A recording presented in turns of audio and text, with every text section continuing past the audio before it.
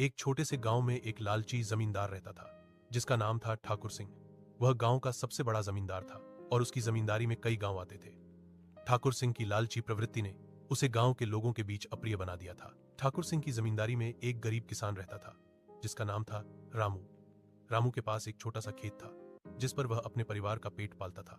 एक दिन ठाकुर सिंह ने रामू के खेत पर अपनी नजरें गड्ढा दी। वह रामू का खेत पाने के लिए किसी भी हद तक जाने को तैयार था।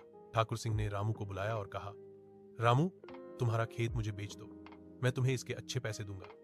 रामू ने कहा, ठाकुर साहब, यह खेत मेरे पिता का है और मैं इसे बेचने के लिए तैयार नहीं हूं।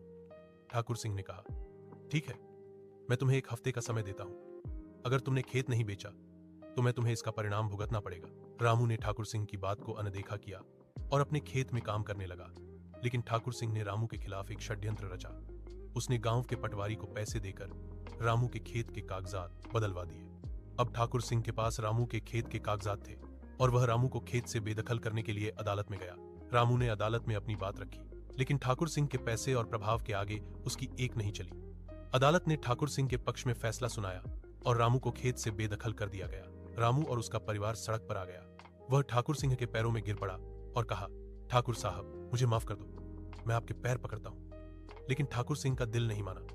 उसने रामू को लिकट पिटवाया और गांव से बाहर निकलवा दिया।